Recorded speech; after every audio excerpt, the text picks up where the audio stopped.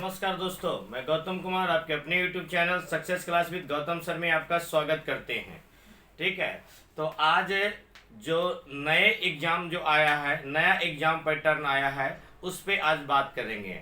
ये नए एग्ज़ाम जो मोदी कैबिनेट के द्वारा, केंद्रीय मंत्रिमंडल के द्वारा लिया गया है डिसीजन, है ना। तो इसमें क्या क्या बदलाव आए हैं, इन बदलावों से विद्यार्थियों को क्या लाभ होगा, सरकार को क्या लाभ होगा, है ना। तो इन सभी पर चर्चा करेंगे। तो चलिए, नया जो टॉपिक आया है, नया जो एजुकेशन के लिए आया है, सीईटी। ठीक है, सीईटी यानी कॉमन एलिजिबिलिटी टेस्ट। सीईटी का फुल फॉर्म हुआ कॉमन एलिजिबिलिटी टेस्ट। ठीक है, अब ये कॉमन एलिजिबिलिटी टेस्ट जो है, ये इसे मंत्रिमंडल के द्वारा स्वीकृति मिला 19 अगस्त 2020 को। 19 अगस्त 2020 को केंद्रीय मंत्रिमंडल के द्वारा इसको स्वीकृति मिला।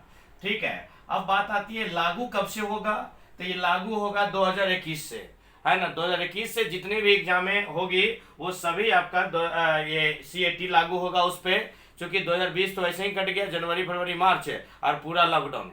ठीक है, तो फिर इसके बाद है कि इसमें जो होगा एग्जाम कंडक्ट कौन करेगा, सीईटी का। तो सीईटी के एग्जाम कंडक्ट करने के लिए एक एजेंसी का गठन किया गया है, जिसे नेशनल रिक्वायरमेंट एजेंसी कहा जाता है, यानी NRA। ये जो एजेंसी होगी स्वायत्त एजेंसी होगी, यानी ऑटोनोमस एजेंसी की बॉडी होगी। ठीक है, स्वायत्त एजेंसी है। फिर देखिएगा, ये जो NR होगी, इसकी हेडक्वार्टर कहाँ है। तो अभी चलिए, देश की राजधानी दिल्ली में होगी, है ना। तो इसका हेडक्वार्टर नई दिल्ली में है।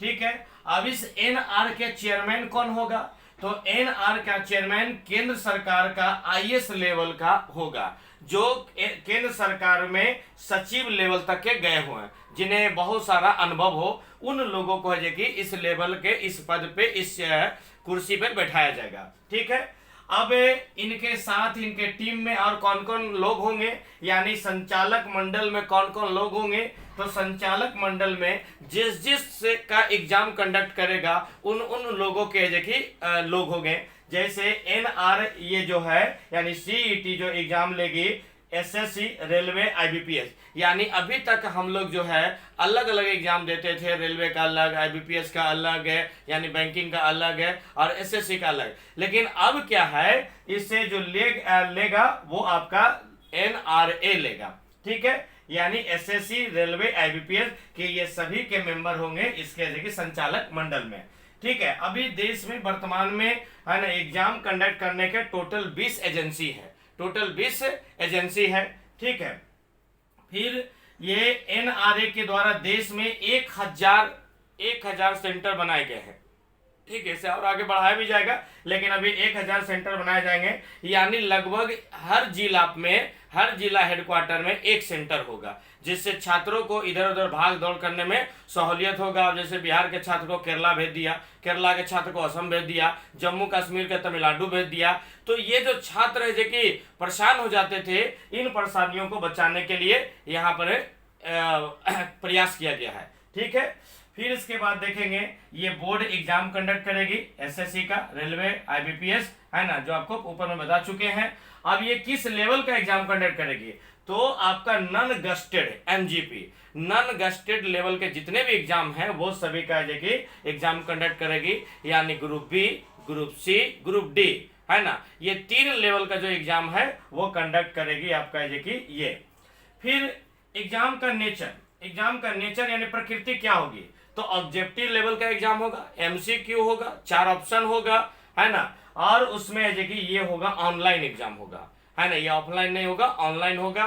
ठीक है, फिर एग्जाम साल में कितने बार होगा, है ना। एग्जाम साल में कितने बार होगा, तो एग्जाम साल में 2 बार होगा, हर 6 महीना पे 2 बार एग्जाम होगा। ठीक है, फिर देखिए इसकी जो वैलिडिटी होगा, ये एग्जाम में जो भी पास कर जाएंगे, जितने भी नंबर लाएंगे, तो उस नंबर का वैलिडिटी होगा 3 साल के लिए।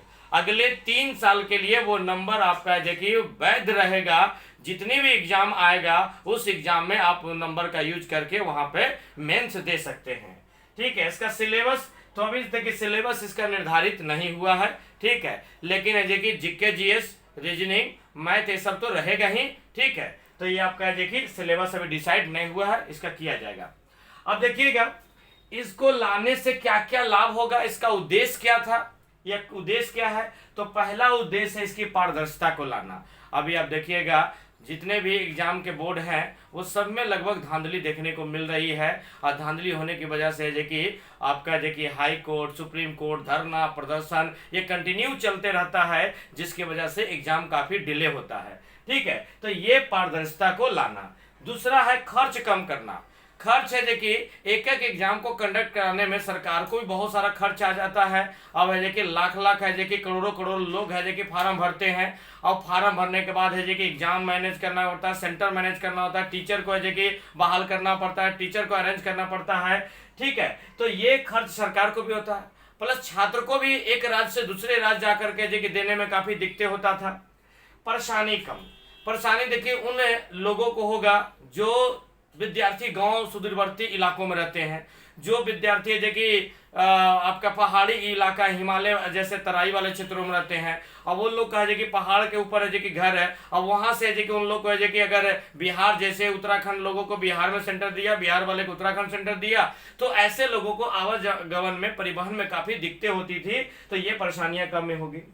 फिर सरकार का मुख्य उद्देश्य जैसे देखिए वन देश वन टैक्स का कंसेप्ट है। ठीक है, फिर है देखिए इसी प्रकार से हर तरह के कंसेप्ट लाया जा रहा है। ठीक उसी प्रकार से इसमें भी एक कंसेप्ट है one nation one examination. One nation one examination, एक देश एक परीक्षा, एक देश एक परीक्षा। फिर देखेंगे महिलाओं को काफी सहूलियत होगा कि महिलाएं एक राज्य से दूसरे राज्य दूसरे जगह देने में काफी दिक्कत होता था। एक लड़की अगर परीक्षा देने जा रही है तो उसके साथ है कि दो लोगों का रिजर्वेशन होता था, एक तो उसका भाई जाएगा या पिताजी जाते थे, या खुद उसका रिजर्वेशन होता था। लड़के तो मान लिया अपने से कूदते फांदते चले जाते थे WT में लेकिन लड़कियां के लिए वो जब भी जाएगी तो रिजर्वेशन से जाएगी, फिर उसके साथ कोई साथ में गार्जियन में जाएंगे, तो काफी दिक्कत होता था लड़कियों के साथ, लड़कियों के गार्जियन के साथ। तो ये काफी है इनको मदद मिलेगा कि अब इनका जो सेंटर होगा इनके डिस्ट्रिक्ट में ही होगा। ठीक है, फिर सुदूरवर्ती बता दिए।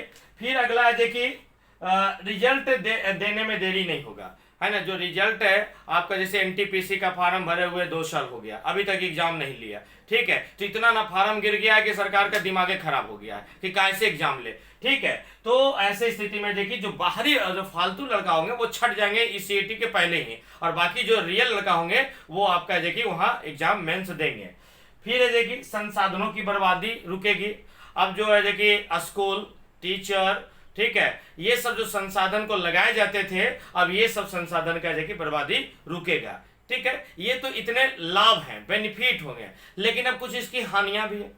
कुछ हानियां ये है कि आपका होम डिस्ट्रिक्ट में रहेगा, तो होम डिस्ट्रिक्ट में रहने से है कि थोड़ी सी बार्गिंग होने की संभावना है। अब लोकल लड़का रहेगा, लोकल है कि शहर में, लोकल है कि ये जिला में, तो उससे सेंटर मैनेज लोग है कि कर सकता है। तो एक थोड़ा सा ये दिक्कत होगा, लेकिन एक दिक्कत के वजह से इतने सारे लाभों को छोड़ा नहीं जा सकता है।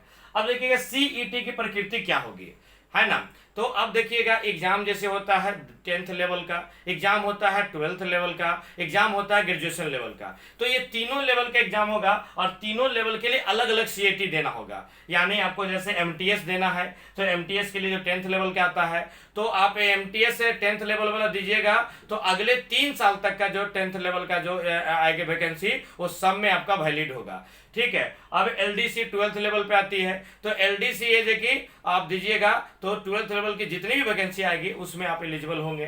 तीसरी है ग्रेजुएशन लेवल का, तो ग्रेजुएशन लेवल का आपका वैलिड अगले 3 सालों तक होगा। अब कहिएगा सर हम ग्रेजुएशन लेवल का पास कर गए तो क्या तीनों में भर सकते हैं? नहीं, है ना, आपको तीनों को निकालना होगा। अगर ग्रेजुएशन लेवल निकाले हैं तो सिर्फ ग्रेजुएशन लेवल का ही एग्जाम दे सकते हैं, ग्रेजुएशन लेवल के एग्जाम में ही आपको कॉलिंग किया जाएगा। ठीक है, अगर तीनों में बैठना चाहते हैं तो तीनों के लिए अलग अलग आपको निकालना पड़ेगा।